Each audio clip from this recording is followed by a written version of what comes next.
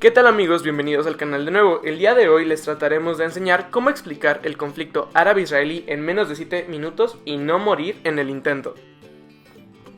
Primero tenemos que definir el conflicto como la tensión política y los ataques armados que se han encontrado entre el autoproclamado Estado de Israel y los países árabes, pero sobre todo Palestina.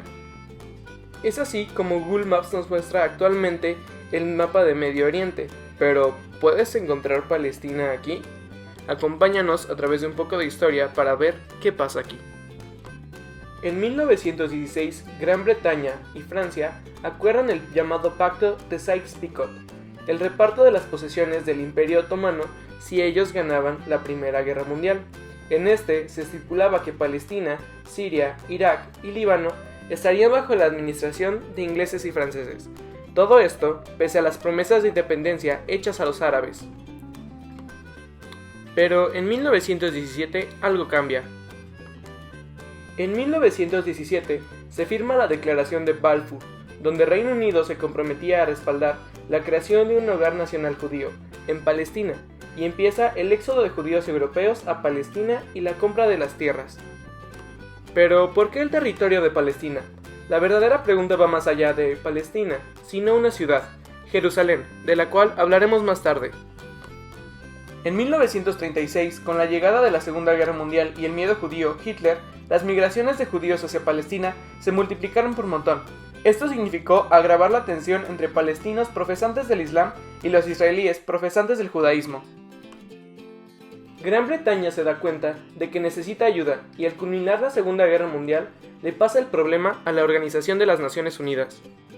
En 1947, la Asamblea General de la Organización de las Naciones Unidas aprobó la Resolución 181, que dividía a Palestina en dos estados, uno árabe y el otro israelí.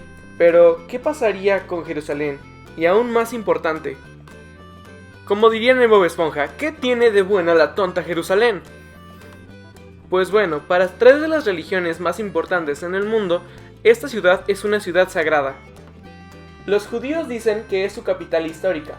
Para ellos, Jerusalén es la ciudad sagrada y el hogar ancestral y espiritual del pueblo israelí, desde el siglo X a.C., cuando el rey David le eligió para construir el templo sagrado dentro de sus antiguas murallas.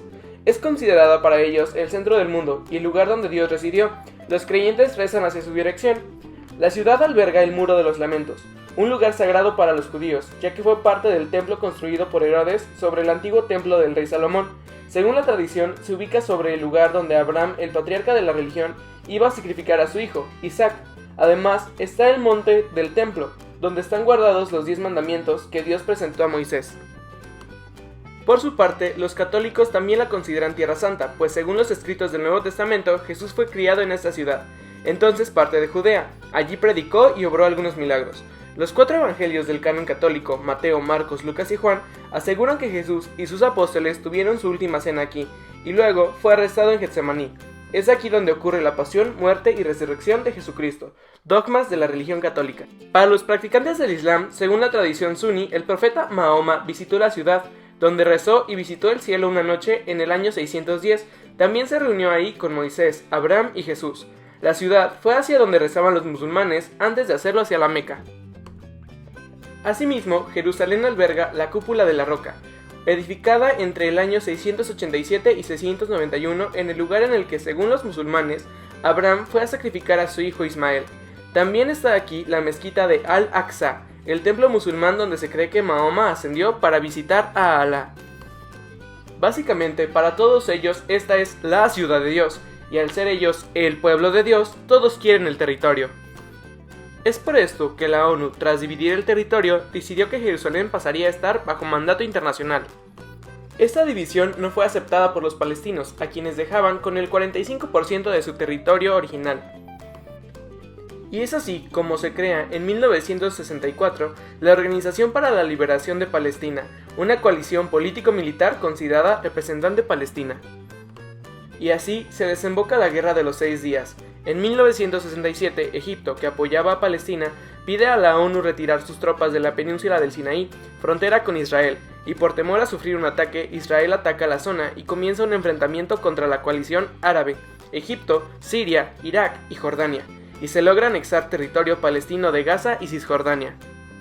En 1987, los palestinos comenzaron el movimiento denominado Intifada, atacando con piedras a las tropas israelíes. Esta duró hasta los acuerdos de Oslo en 1993, cuando los palestinos reconocen al Estado de Israel y estos a la Autoridad Nacional Palestina.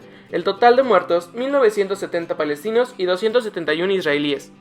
No obstante, la tensión continúa, y aún más tras la llegada del primer ministro israelí Ariel Sharon y el grupo palestino Hamas, considerado terrorista por Estados Unidos y la Unión Europea. Hamas se niega a reconocer los acuerdos palestino-israelíes e Israel bloquea Gaza tras la llegada al poder de Hamas. En 2008 se da la Guerra de Gaza, en la que Hamas lanza cohetes desde la Franja de Gaza a Israel y estos bombardean en busca de eliminar la base militar de Hamas. El saldo total de esta guerra, 1.300 muertos, 5.000 heridos y 45.000 desplazados. El 28 de enero del año 2020, Donald Trump realiza su propuesta con respecto al problema árabe-israelí.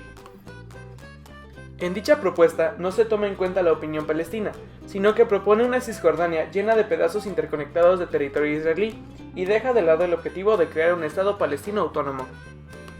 Si quieres saber cómo acabará, la respuesta es que aún nadie lo sabe. Esperamos que te hayas divertido viendo este video y analizando el problema árabe-israelí con nosotros. Hasta la próxima.